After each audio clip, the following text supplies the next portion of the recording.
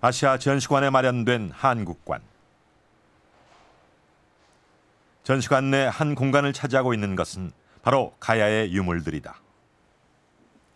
이 화려한 금제 유물들은 한국관에서도 특별한 존재다.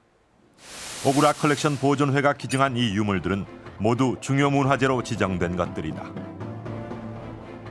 특히 이 금동 투조 관모는 전시 유물 중 절정을 이루는 화려한 것으로 우리가 몰랐던 가야의 예술미를 보여준다. こちらに展示しておりますのは、韓国の慶尚南道庄根で出土したと伝えられているものであります。これらの資料は日本の古墳時代の文化を研究するにも大変重要である。また作品自体が大変工芸的に素晴らしく技術的価値も高いということで重要文化財に指定されております。 경상남도 창녕에서 발굴된 이 유물들은 누구의 손에 의해 일본으로 건너왔고 왜 일본은 한반도의 문화재를 중요 문화재로 지정했을까?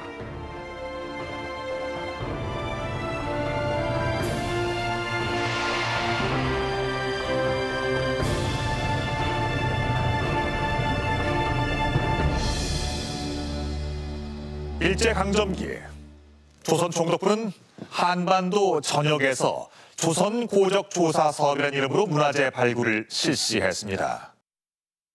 1917년의 경우 한 일본 학자가 전남 나주와 경남 창녕에서 발굴한 고분의 수가 100여기였고 이때 나온 부장품의 양이 마차 20대, 화차 2대에 이른다고 할 정도였으니 전국적인 규모로 따지면 그 규모가 실로 상상이 가지 않을 정도입니다.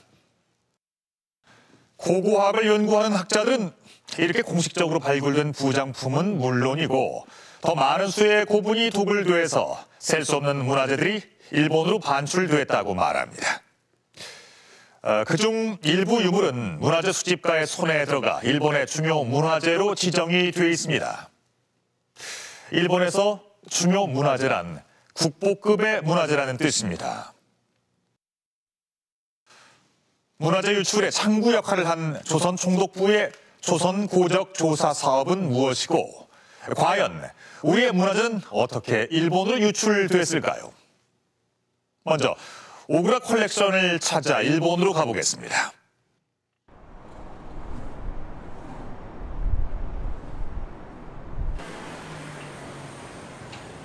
도쿄 시내 신주쿠에 있는 고려 박물관.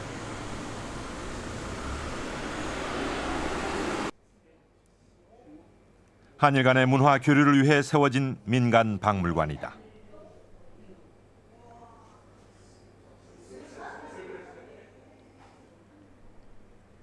지금은 일제강점기 시절 일본으로 반출되어 사라진 우리 문화재에 대한 기획전을 열고 있다. 고려박물관의 이소령 이사는 오구라 컬렉션에 대한 희귀 자료를 갖고 있다. 일본의 사업가이자 문화재 수집가였던 오구라 다케노스케가 일제강점기 시절 수집한 1100여 점의 한국 문화재에 대한 내용이 적혀 있다. 우리에겐 충격적인 유물도 있다. 97 12각선. 이게 이제 권천공 소재, 지사 민비 암살 후 방에 있던 것을 가져왔다고 이 상은 현재 도쿄 국립박물관에 있다. 시대별로 정리한 차례에는 가야 시대를 임나 시대라고 적어 한국에 대한 역사 인식을 보여준다. 현재 도쿄 국립박물관에 기증된 창녕 유물들에 대한 기록도 남아있다. 이들은 전부 8점으로 국보라고 적혀있다. 오구라의 수집품은 상고시대에서 조선시대에 이르기까지 다양하지만 국보로 지정된 것은 가야의 유물들이 유일하다. 彼の所蔵しているものを日本の国がそれを文化財として保存する際にいわゆる従来ミマナって呼ばれていた地域の発掘から出たものを最も貴重なものとして重要文化財として指定したということに非常にこれは意味のあることだと思います。ということは古墳の発掘そのものがそのミマナ日本語を証明するために発掘が行われている。でそこから出てきたも貴重なもの、それが今の日本語を証明するものではなかったにもかかわらず重要文化財として指定しているということなんですね。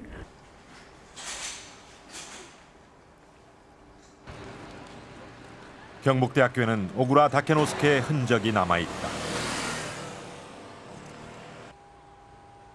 대학 박물관 밖에 야외 전시 중인 두 점의 고려시대 석조 부도가 그것이다. 이 두 점의 문화재는 모두 보물로 지정되어 있는 문화재다.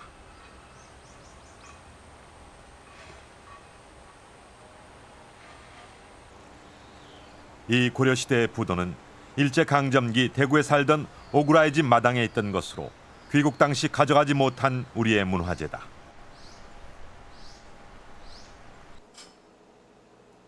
이렇게 많은 국보급의 문화재를 수집한 오구라는 어떤 사람일까? 얼굴조차 제대로 알려지지 않은 그를 옛 신문에서 찾을 수 있었다. 오구라 다케노스케는 1960년대 한일협정의 문화재 반환 논란에 있어 가장 핵심이 됐던 개인 소장가였다. 그가 패전으로 귀국할 때 가져간 문화재가 무려 1000여 점으로 한국이 반환을 요구하는 문화재의 3분의 1을 가진 대규모 개인 소장가였다.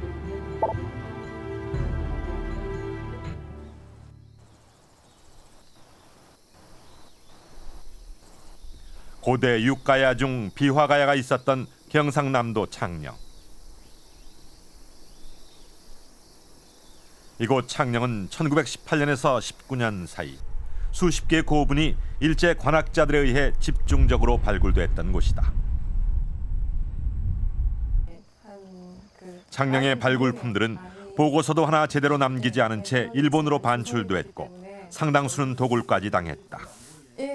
보고서가 있는 유일한 고분이 바로 교동 31호분이다. 뭐 개간지로 많이 사용하거나 아니면은 고분이 있던 자리는 복원을 하지 않아 지금은 그 자리조차 찾기 힘들다. 사라진 봉분은 일제의 발굴 목적이 유물에 있었음을 보여준다. 여기 31호분은 옛날 사진을 보면 크기가 어느 정도나 큰 거예요? 크기가 한 20, 직경이 한 20m 좀 안 되는 좀 작은 분이거든요. 당시 발굴된 부장품은 토기 66점과 금제 귀걸이 그리고 29점의 다른 유물들이었다. 이 발굴품들은 다른 창녕 출토품들과 함께 일본으로 반출됐다. 그 오쿠라 컬렉션이나 국립도쿄박물관에 소장하고 있다는 얘기는 계속 들리고 있습니다. 그리고 그쪽에서 특별전으로 한 번씩 할 때 전 창녕 출토 뭐 금관이라든지 이런 이제 몇 개 중요한 유물들을 꺼내서 이제 전시를 하기는 하는데 그건 아주 이제 일부 유물이고 그래서 이제 정확히 그 양이나 출토지, 뭐 출토 고분의 호수 이런 것들은 알 수가 없죠.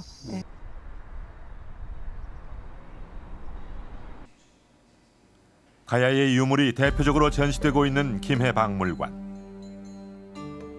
이곳에 전시되고 있는 창녕 고분군 출토 유물은 일제 때 반출된 것들이다.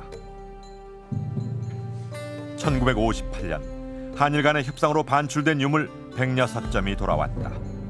수십 개에서 발굴된 유물 중 겨우 106점만이 돌아온 것이다. 최근 공개된 일본의 한일협정 관련 문서에는 창녕 출토 유물에 대한 내용이 언급되어 있다. 돌려주고 싶지 않은 창녕 출토 유물에 대한 생각이 적나라하게 드러난다. 일본은 한국 측에서 보면 신라의 금관이 발굴되면서 창녕의 발굴 문화재는 이류급이 되었다고 자의적으로 판단을 내리고 있다. 반면 자신들의 입장에선 역사적 의미에서 매우 중요한 것인데도 돌려준다는 것이다. 오구라 컬렉션 유물은 창녕 교동 고분군 가운데서 역시 그 토크라스의 아주 뭐 간모라든지 금동관을 본다면은 최고급의 유물입니다. 그래서 당시에 조사됐던 교동의 다른 유물들과 비교해도 역시 가장 최고급 유물입니다. 그래서 그런데 비해서 교동 유물은 지금도 정리가 되지 않아 가지고 어떤 것이 발굴된지 잘 알지 못합니다. 그런 점에서 보면 오구라 컬렉션은 현재 남아있는 창녕교동고분 출토품보다 훨씬 더 중요한 유물이라 생각해도 과언이 아니라 생각됩니다.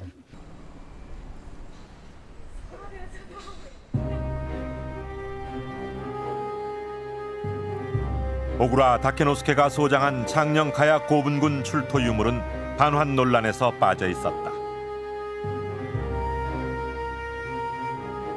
개인이 구입한 것을 국가가 반환시킬 수 없다는 것이 일본 측의 논리였다.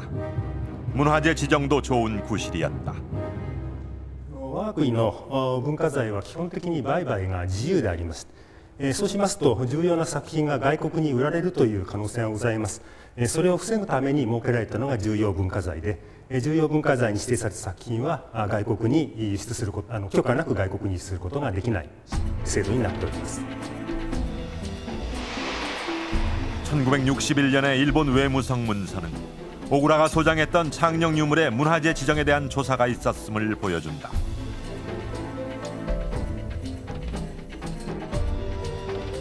(1936년) 문화재 지정 당시 발굴에 대한 구체적인 정보가 기록되어 있지 않다는 것은 무엇을 의미하는 것일까?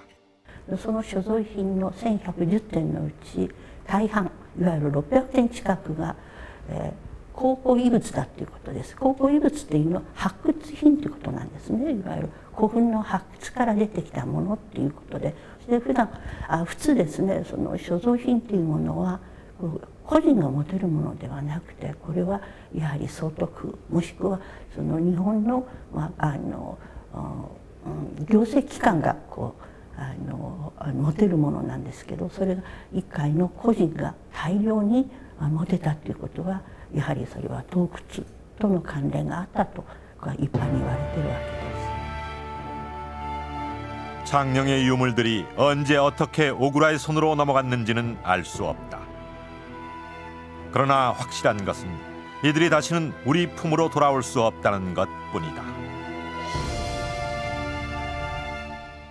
일제가 식민 통치에 있어서 가장 중요하게 생각했던 것은 바로 역사였습니다. 그래서 가장 우선적으로 했던 일이 식민 통치의 역사적 정당성을 찾는 일이었습니다. 총독이 발굴 현장에 나가서 시찰을 하거나 보고서에 휘호를 썼던 이유가 여기 있습니다. 일제는 강제병합을 고대 임나일본부의 한반도 남부 가야 지역 지배, 신공황후의 신라정벌과 같은 것으로 생각하고 있었습니다. 잃어버린 옛 땅을 찾았다는 것입니다. 특히 경주를 두고는 신공황후가 점령했다는 일본 사기의 내용을 들어 성지라고 생각합니다. 신라사에 정통했던 한 일본 학자는 경주를 찾은 느낌을 이렇게 표현하고 있습니다. 경주여 경주여, 십자군들이 예루살렘을 봤을 때의 심정은 실로 지금 나의 심정에 버금가리라. 나의 로마가 눈앞에 있다. 나의 심장은 고동치기 시작한다. 일제는 조선의 고적을 조사한다는 명목으로 한반도 전역에 걸쳐서 과거 자신들이 한반도를 지배했다는 증거 찾기에 나섭니다.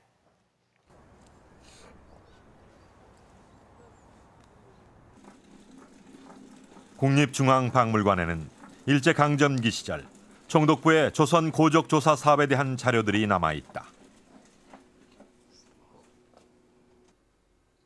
1915년부터 30년간 총독부 박물관이 남겨놓은 자료를 국립박물관이 출범하면서 인수한 것이다.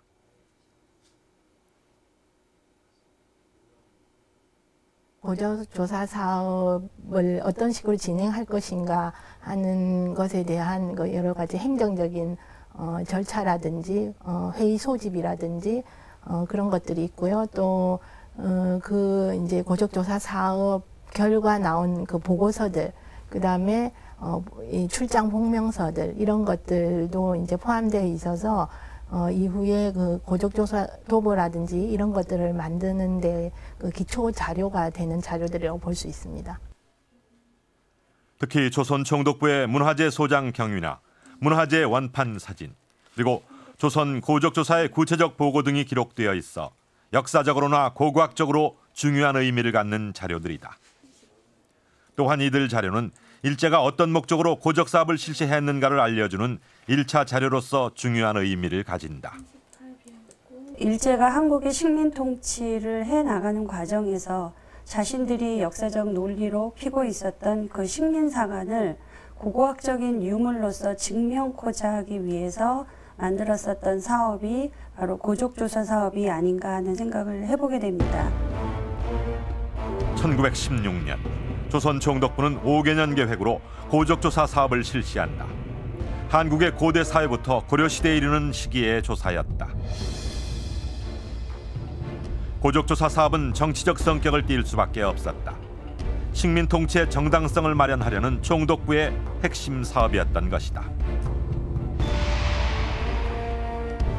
초대 조선 총독이었던 데라우치는 식민 통치에 있어 역사 연구의 중요성을 잘 알고 있었다.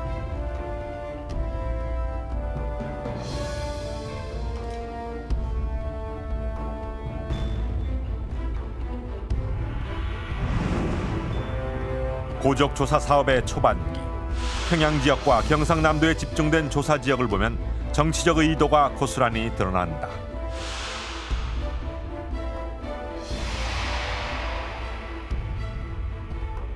이것은 역시 그 가야 지역에서는 임나일본부가 가야에 있었다는 것을 실증하기 위해서, 또 하나는 평양에서는 낭랑 고분을 발굴해서 실은 고대 한반도 북부를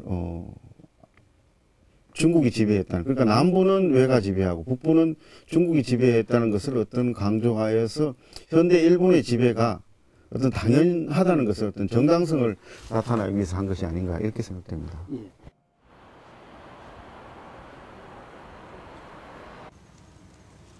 조선 고적조사 사업에서 커다란 역할을 한 곳은 도쿄 제국대학이었다. 도쿄 제국대학은 한일 강제병합 이전부터 조선의 역사 유적에 대한 조사를 실시했었다. 1902년 도쿄 제국대학은 건축학과 교수였던 세키노 타다시를 파견해 당시 대한제국의 건축물들을 조사한다. 세키노 타다시는 신라, 고려, 조선의 서울인 경주, 개성, 서울을 62일간 조사해 보고서를 작성한다. 우리 문화재에 대한 최초의 근대적인 보고서가 일본인 학자에 의해 만들어진 것이었다. 후속 조사를 위한 기초 조사의 성격을 띠기 때문에 거기에 맞게 가능하면 전시기 그리고 넓은 지역에 대한 기초 조사를 해주었으면 좋겠다라는 주문이었고, 충실하게 세키노 타다시는 여기에 부응을 합니다. 이 결과를 바탕으로 그 다음에 이루어지는 고적 조사의 계획을 세울 수가 있었던 거죠. 조선 고적조사 사업에 있어 가장 큰 역할을 한 세키노 타다시는 자신의 모교인 도쿄 제국대학에 조선 고적조사 사업을 하며 기록한 조사 보고 자료와 유물들을 기증했다. 세키노 컬렉션이라 불리는 이 자료들은 대학 박물관에 보관되어 있으나 이번 취재에는 촬영할 수 없었다. 2005년 도쿄대학 박물관에서 발간한 세키노 타다시의 도록을 통해 세키노 컬렉션의 일부를 확인할 수 있었다. 세키노 타다시는 건축과 교수 출신답게 고분을 발굴하며 상세한 실측도와 고분 내부의 모습을 그림으로 남겼다.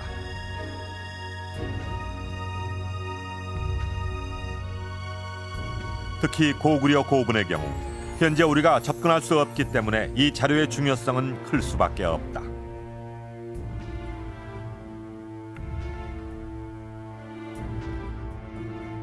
고분 벽화는 당시 도쿄 예술대학의 교수였던 오바 스네키치가 참가해 1:1의 크기로 모사를 했다.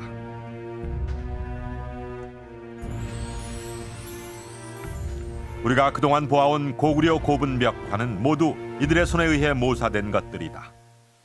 지금 2010년도에 우리 연구자가 우리가 눈으로 볼 수 있는 고구려 평양 내지는 집안에 있는 벽화하고 이 보존 상태가 전혀 다른 거죠. 아주 선명한 안료의 색깔이 남아있는, 색감이 남아있는 그런 상태에서의 벽화들을 오바스네기 씨가 그렸기 때문에 학술적으로도 의미가 있다고 평가하는 분들이 많죠. 고적 조사 결과는 보고서로 만들어졌다. 특히 정식적인 보고서 이외에 조선 고족 도어부라는 사진집이 발간됐는데 일권에는 조선 총독의 휘호까지 남길 정도였다. 이 사진집에는 낭낭시대에서 조선시대에 이르기까지 일제가 고적 조사 사업을 하며 촬영한 우리의 문화재가 실려 있는데 건축물에서 그림, 도자기, 불교 미술에 이르기까지 거의 모든 문화재가 실려 있다. 조선 고족도어부는 1915년부터 35년까지 모두 15건이 발간됐다. 일제의 학자들은 고적조사 사업이 일본이 조선에 베푼 문화적 치적이었다고 기록하고 있다. 패전 후 고적조사에 참가했던 한 학자는 조선 고문화연구가 자신들에 의해 개척되고 완성됐다며 다음과 같이 평하고 있다.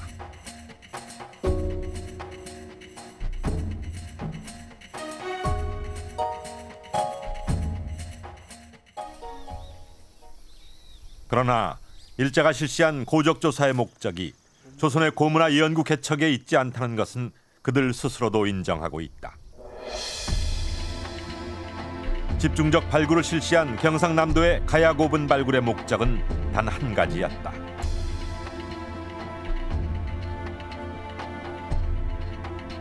그것은 임나 일본부의 근거를 찾는 것이었다.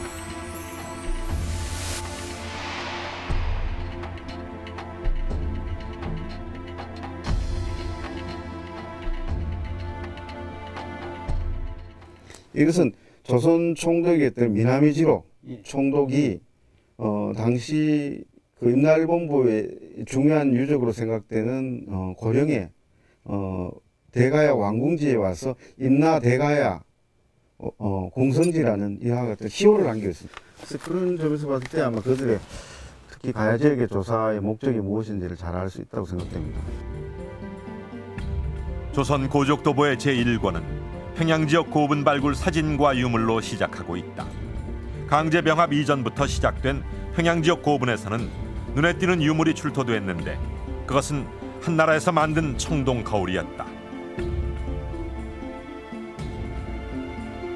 낭낭의 유물이었다. 1910년, 11년 아주 간헐적으로 조사가 이루어집니다만 역시 이 조사 성과가 괜찮았습니다. 똑같이 이 거울이 나왔던 거죠. 그러니까. 이런 결과들을 가지고 본격적으로 1916년에 고적 조사와 관련된 총독부의 기본 전략이 수립되고 이루어지는 첫 해 사업으로 낭낭 유적이 이 선두에 포함되는 거죠. 그러니까. 이때부터 아주 낭낭 유적을 식민사관과 연결시키기 위한 전략이 1909년과 1916년 사이에 수립되었다는 그런 것들을 이제 암시하는 부분입니다. 낭낭 지역의 발굴을 통해 낭낭이란 명문이 새겨진 벽돌과 봉리가 발견되면서 일제는 한반도 타율성론의 근거로 활용하게 된다. 공식적으로는 1916년에 시작돼 패전 바로 전에 이르기까지 일제의 조선 고적 조사 사업은 계속됐습니다. 일제의 관학자들은 발굴에서 보고서 작성, 그리고 보존에 이르기까지 이 조선의 고문화 연구가 자신들의 손에 의해 시작되고 완성됐다고 말합니다. 조선 고적 조사 사업에 있어 모든 문화재의 발굴은 총독부의 관리하에 이루어졌습니다. 또 발굴되는 모든 유물은 총독부에 귀속돼야 합니다. 그것이 이 총독부 스스로 세운 원칙이었습니다. 조선의 유물은 조선에 둔다는 것이었죠. 원래 고고학의 목적에 맞지 않는, 그러니까 식민 통치 정당성의 증거를 찾기 위한 발굴. 그래서 학문적인 연구보다는 유물 발굴 그 자체가 목적이었던 조선 고적 조사 사업은 필연적으로 부작용을 낳을 수밖에 없었습니다. 1925년 도쿄 제국대학은 평양 서감리에서 낭낭시대의 고분 발굴을 시작한다. 발굴을 맡은 곳은 도쿄 제국대학 문학부로 일본 대학이 직접 조선으로 나가 고분 발굴을 하는 것은 처음이었다. 발굴을 지휘한 사람은 바로 일본 역사학계 실력자 도쿄대 교수 구로이타 카츠미였다.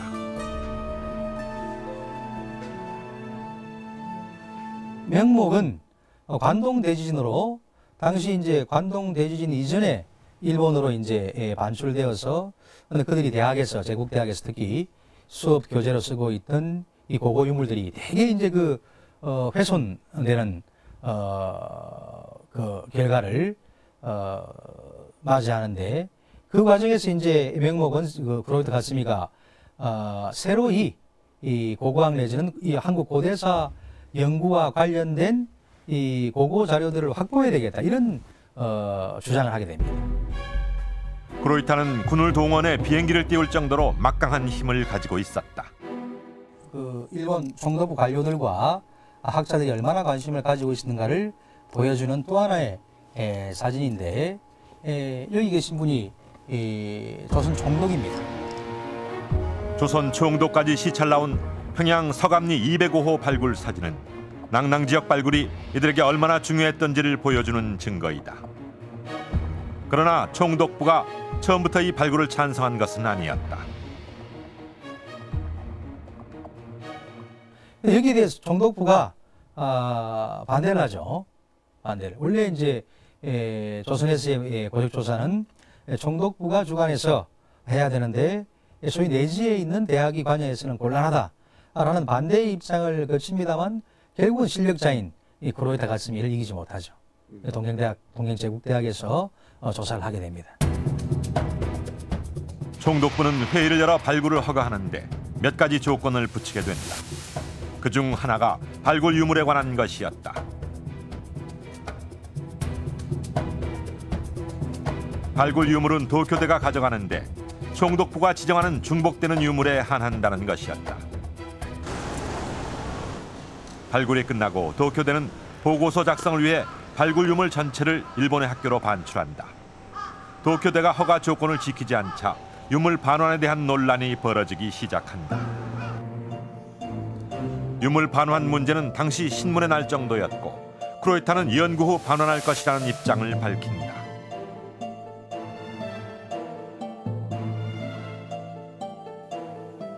그리고 5년 후 보고서가 나왔지만 서감리 유물은 85년이 지나도록 반환되지 않고 있다.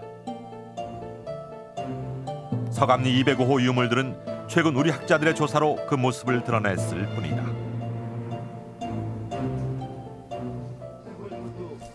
공분인가 보죠? 예, 요게 가장 큰 걸로 추측되는 고분인데요. 직경이 한 68m 정도 되는 68m. 예, 정말 대형 고분군에 속하는 고분 중에 하나입니다. 조선의 고분들은 한 몫을 잡으려는 도굴꾼들의 목표가 됐다. 창녕의 가야 고분들에는 아직도 도굴의 흔적이 곳곳에 남아있다. 여기 보이는 돌이 석실의 흔적인가요?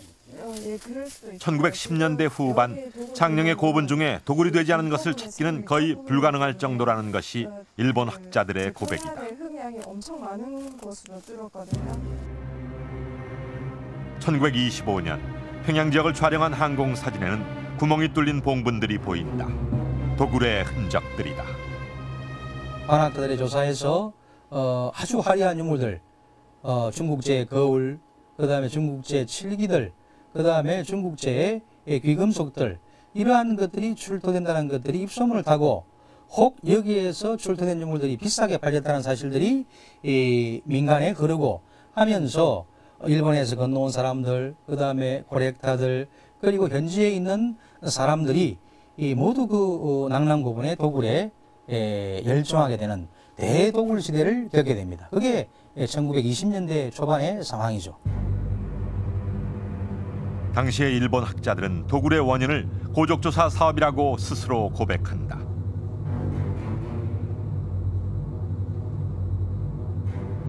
낭랑 지역의 경우 세키노 타다시의 발굴 이후 도굴꾼들이 몰리기 시작했다는 것이다. 결국 1920년대 평양 일대는 대도굴의 시대를 겪게 된다. 도굴된 문화재는 제대로 된 발굴 기록도 없이 개인 수장가 손으로 넘어가 버리게 된 것이다.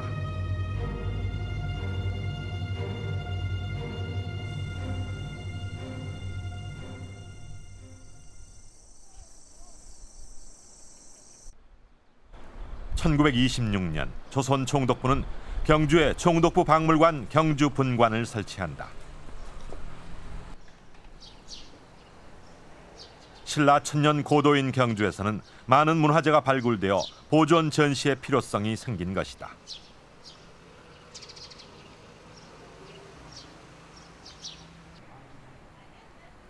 또 경주가 신공황후의 정벌지라는 일본 서기의 기록 때문인지 데라우치 전 총독이 옛것을 익힌다는 뜻의 온고각이라는 현판을 내릴 정도로 중요한 곳이었다. 차 선생님, 이게 데라우치가 직접 이렇게 초대 박물관장은 모로가 히데오란 일본인이 맡았다. 당시 경주 보적 보존회에서 활동하던 경주의 실력자였다.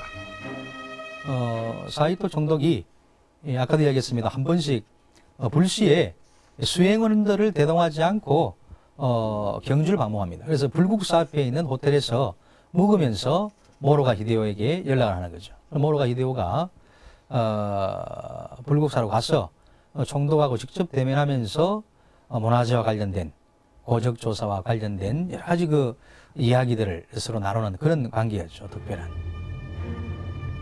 모로가는 경주 지역 고분 발굴에도 깊숙이 개입한다.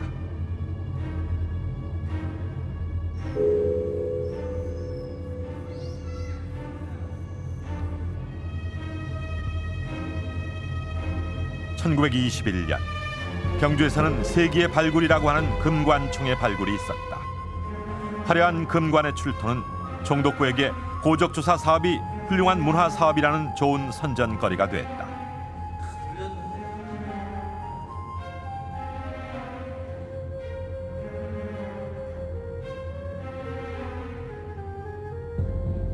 총독부는 영어로 된 특별 사진집을 만들어 치적을 자랑하는 홍보 자료로 활용하기도 했다.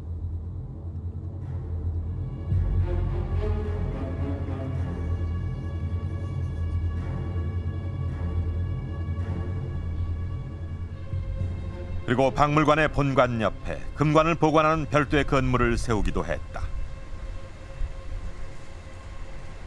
저 뒤에 보이는 소나무 뒤에 보이는 정자 자리가 바로 금관고의 그 옛 자리가 되겠습니다. 이 금관고는 금관총에서 출토된 금관을 서울로 올려보내지 않으려는 경주 부민들의 노력에 따라서 모금된 돈 11,000원을 기반으로 건립된 건물입니다. 화재를 예방하기 위해서 사방을 벽돌로 쌓았고 출입문에다는 철문을 달아가지고 도난을 방지하려고 노력하였습니다. 금관고의 건립은 경주 박물관이 세워지는 계기가 된다.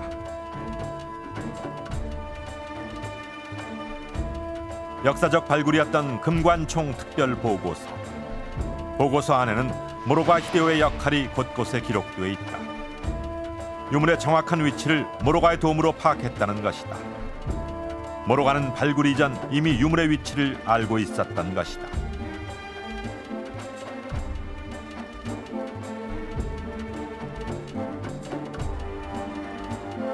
그것은 공식 발굴 이전에 유물에 대한 접근이 자유로웠다는 의미다.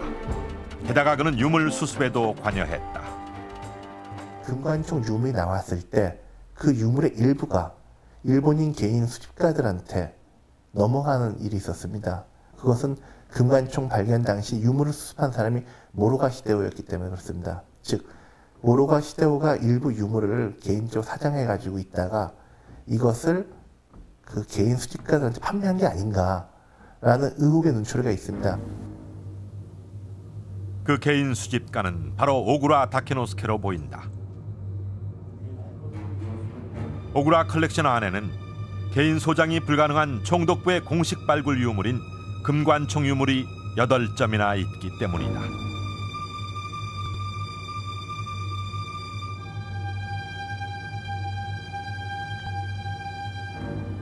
일본은 한일협정 당시 이 유물의 반환을 요구하자 당시 금관총 유물은 반출될 수 없었을 것이라며 발뺌을 하기도 했다.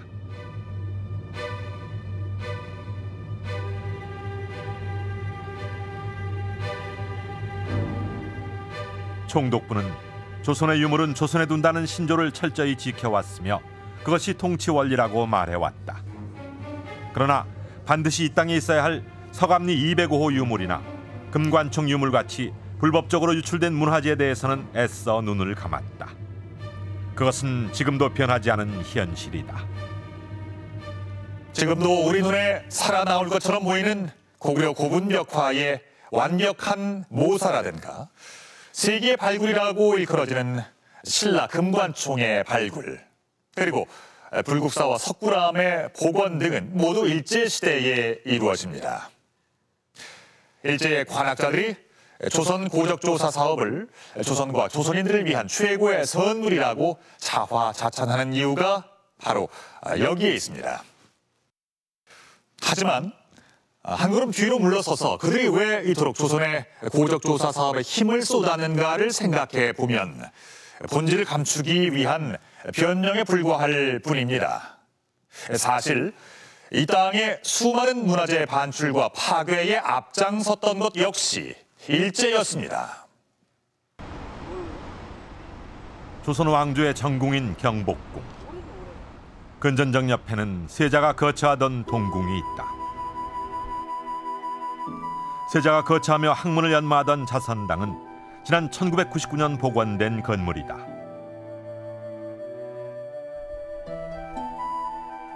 자선당은 일제 식민 통치 치적을 자랑하기 위한 행사를 위해 철거됐다.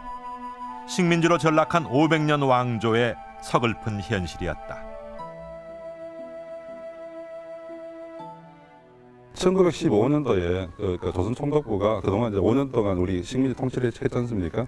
그러니까 그 치적을 자랑하기 위해서 1915년도에 조선물산 공진회라고 경복궁 내에서 대규모 박람회를 개최했거든요. 그래서 그 당시에 그 공진회, 그 박람회를 준비하기 위해서 바로 그 직전 연도 1914년도부터 경복궁 일대 정각을 흘러내기 시작했고, 그러니까 그 중에 하나가 이제 바로 여기 있는 그 자선당 이후가 된 거죠. 그러니까.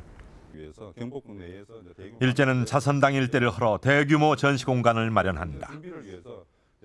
자선당하고 비연각 같은 경우에는 싹 없어지고 여기에다가 그 콘크리트 건물로 지었던 공진 미술관이 들어서고 앞쪽에는 이렇게 보시다시피 이제 탑들 여기는 이제 드문드문해져 있습니다만은 이쪽에도 쭉 했어요. 이렇게 한 뭐 10여 개 이상 정도의 석탑이나 그 다음에 철불상, 석불상 이런 것들 등등을 가지고 와서 배치를 했었거든요. 총독부는 자선당과 그 앞의 전각들을 모두 헐어버린다.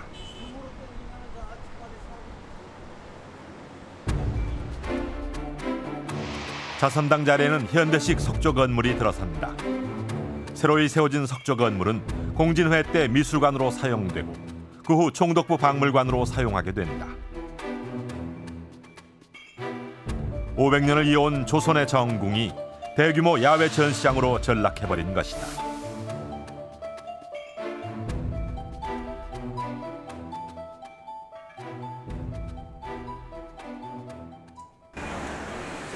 해체되어버린 자선당은 어떻게 됐을까? 도쿄의 아카사카, 이곳에선 자선당의 흔적을 발견할 수 있다. 이곳은 일본의 사업가 오쿠라 기야치로의 저택으로 세자의 동궁이 일개 사업가의 집의 부속물로 옮겨진 것이었다. 그러나 자선당은 1923년 관동 대지진 때 불타 없어져 흔적도 없이 일본 땅에서 사라지는 비극적 운명을 맞는다. 오쿠라 역시 일본의 재벌급 기업가로 조선의 유물을 집중적으로 수집한 사람이었다.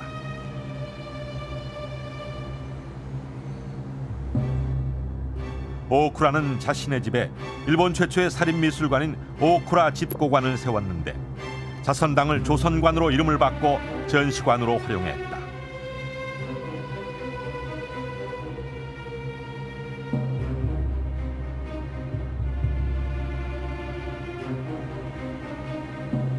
오쿠라는 총독부에 조선의 석탑을 요청하기도 했다. 조선의 문화재 반출은 금지됐지만 그만큼 권력과 친분이 있었기에 가능한 일이었다. 오쿠라가 석탑을 원한 이유는 한 가지였다.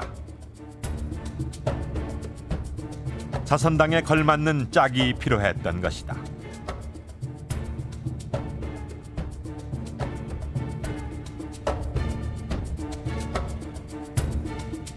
오쿠라의 요청을 받은 총독부는 공진회 때 전시물로 지방에서 옮겨왔던 탑을 넘겨주기로 결정한다.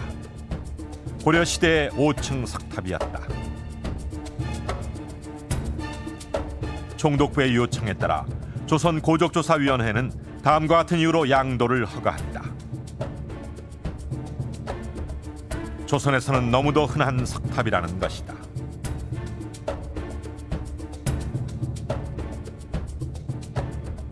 제일 그냥 반듯하고 표준형이라고 보시면 되죠. 석탑이 그냥 그 몰하지도 않고, 그다음에 이게 뭐 그러니까 쉽게 말해서 뭐냐면은 그 당시 시대상을 돌출하게 이렇게 발견한 그런 건 아니고요. 그러니까 딱 그냥 그 당시에서 볼 수 있는 가장 반듯한 형태의 아주 정갈한 형태의 어떤 석탑이라고 그렇게 보시면 될 겁니다.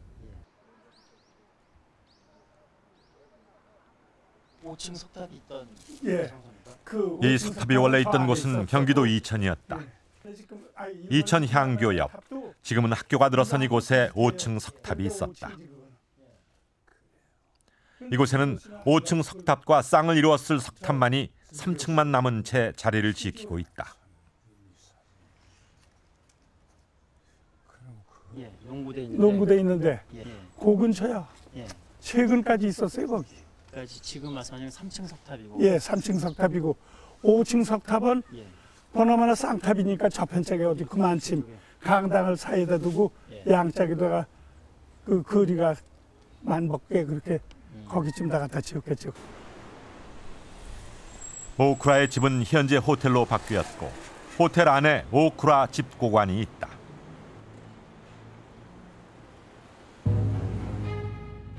이천의 5층 석탑은 식민지 조선의 절대 권력인 총독부와 일본 재벌 간의 정경유착의 결과로 이곳 도쿄로 반출된 것이다. 한 사업가의 개인적인 소유를 위해 반출된 지 90여 년.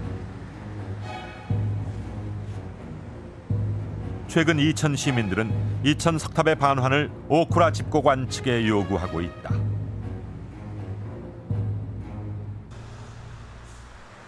야마구치현은 초대 조선 총독 데라우치의 고향이다.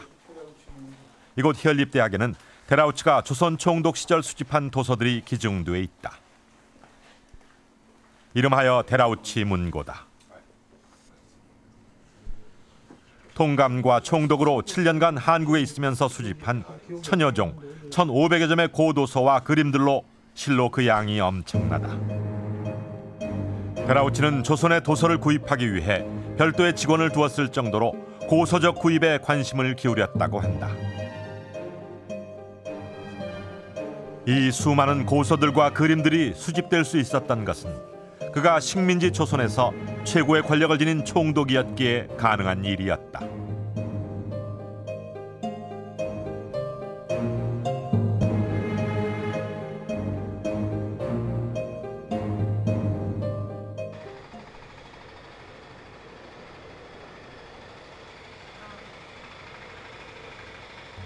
규장각에 보관되어 있는 총독부의 취조국 문서. 이 문서에는 또 다른 권력자 이토 히로부미의 도서 반출 기록이 남아있다. 이토가 생전에 한일 관계 조사를 위해 반출한 책이 일본에 있으니 총독부가 양도를 해달라는 것이다. 그리고 문서 뒤에는 이토 히로부미가 반출해간 도서의 목록이 있는데 그 양이 무려 77종, 1028책에 달한다. 반출 목록에는 최치원의 개원 필경을 비롯해 우리의 역사 인물에 대한 전기와 문집들이 다수 포함되어 있다. 초대 통감으로 절대 권력을 휘둘렀던 이토 히로부미는 이미 최대 고려자기 장물압이라 불릴 정도였고 권력을 이용한 우리 문화재 반출의 주범이었다.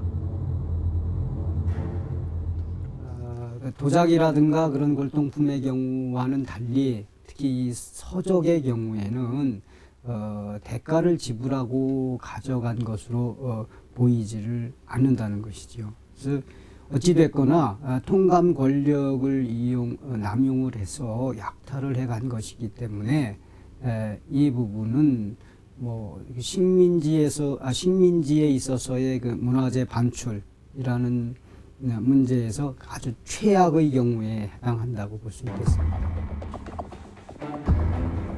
이토 히로부미가 반출한 도서는 1965년 한일 협정으로 일부 반환되는데 11종 90책에 불과하다.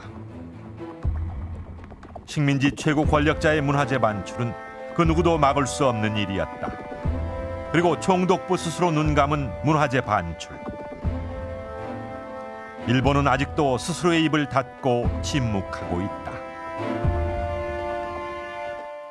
1965년 한일협정으로 국가 간의 문화재 반환의 문제가 일단락됐습니다. 그러나 당시에는 일제가 가져간 우리 문화재에 대한 실증적 자료와 연구가 부족했고 일본 측의 무성의한 자세로 문화재 환수가 뜻대로 될 수 없었습니다.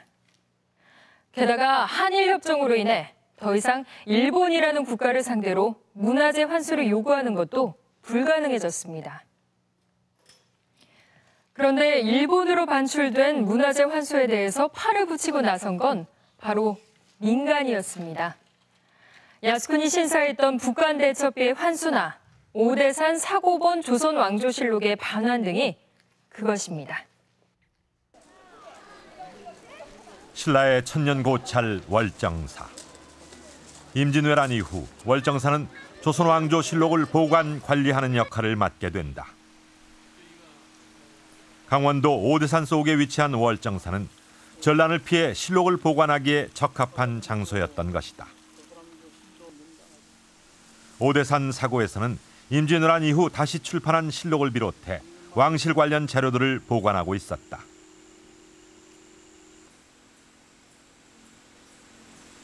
이 사각은 조선왕조 실록과 또 여타의 문헌들이 이 사각에 보존이 되고 선원보각은 왕실과 관련된 문헌들, 이제 조선왕조의 이 족보랄까 이런 그런 계보도, 그다음에 뭐 의진이라든지 어필이라든지 또 조선왕실 의계라든지 이런 왕실과 관련된 문헌들이 보존이 되고 있었습니다. 1909년 조사에 따르면 오대산 사고에는 철종까지의 실록 761책, 의궤 380책을 포함해 모두 3,610책이 보관되어 있었다.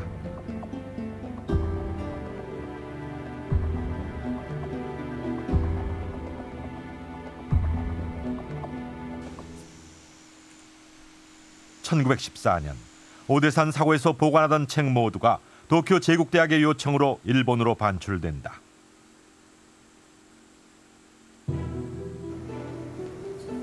월정사에 남아있는 오대산 사적은 반출 당시의 사정을 구체적으로 기록하고 있다. 오대산 사고의 책들은 모두 주문진으로 옮겨졌고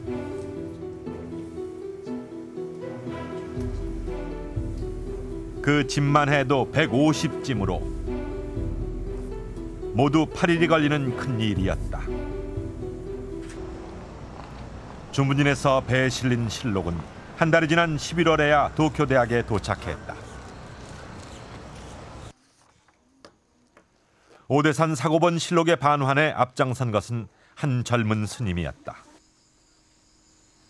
일본에 유학 중이던 해문 스님은 우연한 기회에 오대산 사고본 실록이 도쿄대에 보관되고 있음을 알고 반환 운동을 벌인다. 해문 스님은 6차례 일본 방문과 3차례에 걸친 도쿄대와의 협상을 통해 오대산 사고본 실록의 반환을 이끌어낸다. 한일 협정 당시 실록에 대한 우리 쪽의 반환 요구가 있었다. 그러나 일본 측은 오대산 사고본 실록이 관동 대지진 때 모두 소실됐다며 존재 자체를 부인하고 있었다. 576건에 이르게 되었는데 2006년 7월 오대산 사고를 떠났던 실록이 93년 만에 돌아왔다. 해문 스님은 잊혀져 있던 오대산 사고본 조선왕조 의궤를 찾아냈다. 의궤는 일본 황궁에 있었다. 제가 2006년 10월에 일본 국내청에 가서 실록 의궤를 열람해 보니까 대정 11년 5월 조선 총독부가 기증했다라는 이제 그런 주인 붉은색 도장이 날인돼 있음으로써 조선 총독부의 기증 행위에 의해서 일본 국내청으로 갔다라는 걸 이제 확신할 수가 있었습니다. 명성황후의 국장도감 의궤에는 오대산이란 글자가 커다랗게 쓰여 있다. 해문 스님은 현재 의궤 반환을 요구하고 있다.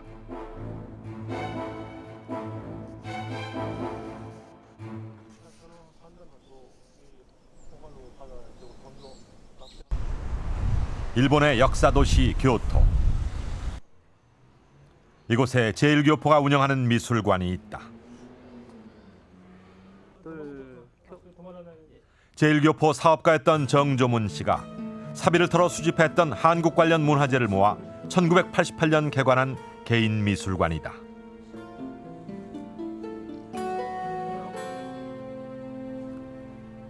정조문 씨는 40여 년간 일본에 흩어진 우리 문화재를 다시 돈을 주고 사 모았다.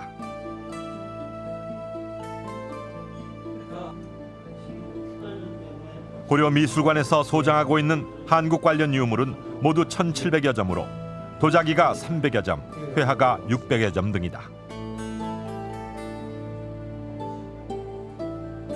일제시대에 사비를 털어 문화재 유출을 막은 간송 전형필처럼 정조문 씨는 일본인의 손에 넘어간 우리 문화재를 수집한 것이다.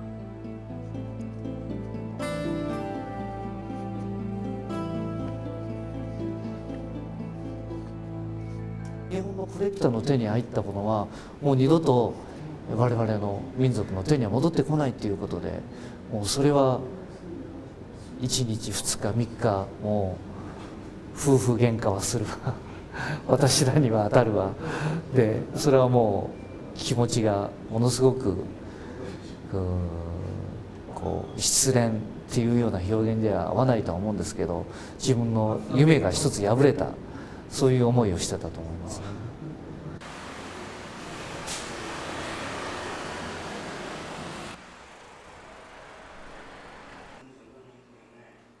교토대학 박물관에도 제국대학 시절 기증받은 한반도 출토 유물들이 있다. 기증자들은 기관에서 학자, 개인에 이르기까지 다양하다.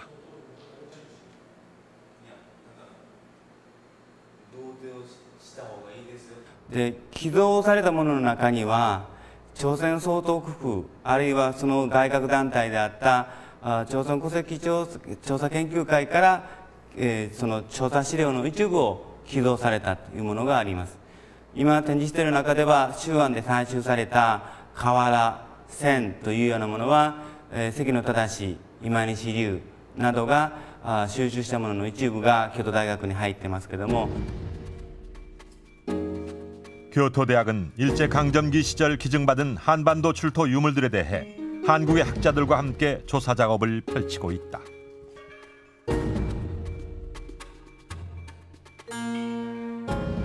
대학의 수장고에 잊혀진 채 묻혀있던 유물들이 수십 년 만에 세상에 나오게 된 것이다. 반출 유물의 실태 조사에는 소장자들이 함께 해야만이 정확한 조사가 가능해 문화재 반환에 있어 가장 중요한 일이다. 특히 일본 대학들이 소장하고 있는 고구려의 유물은 이러한 조사를 통해 실태 보고서가 책으로 나오기도 했다. で、そのいろいろなことをよくあるのは京都大学には山ほど遺物があってすごい立派なものを隠してるんじゃないかということをよく言われるんですが。 でそういうようなさまざまな文化財の問題をする上でまず明らかなことはどれだけのものがあってということがあるのとそれからできるだけそれをですね明らかにしていくとともに学術的にみんなに広く使ってもらうようなことをしていく必要が、100年ほどの間ですね遺物をその経緯はともかくとして預かっていた側としてですね責任ではないかと思います。 강제병합 100년. 일본으로 반출된 수많은 우리 문화재가 아직도 제자리를 찾지 못하고 있다. 그러나 누가 어디서 어떻게 얼마만큼 반출했는가에 대한 연구조차 제대로 되어 있지 못한 것도 현실이다. 문화재 반환에 대한 감성적인 접근보다 반출 문화재의 실태에 대한 구체적이고 실증적인 연구가 보다 필요한 때이다.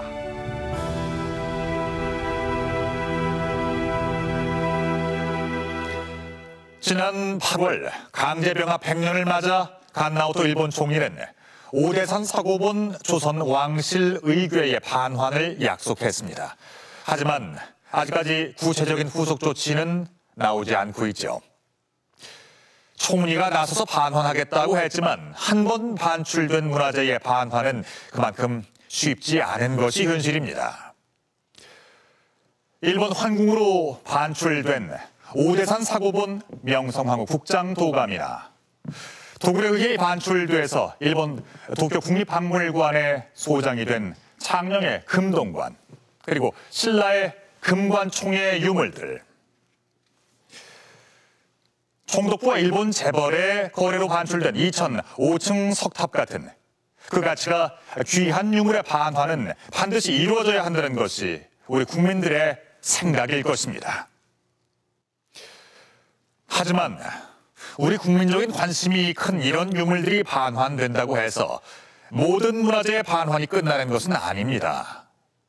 국민적 관심을 받지 못한 수많은 문화재가 그 실태조차 알려지지 않은 채 일본에 남아있기 때문이죠. 그 문화재가 우리에게 중요한 것은 바로 우리의 역사를 이야기하고 있고 또 우리 민족의 정신을 담고 있기 때문입니다.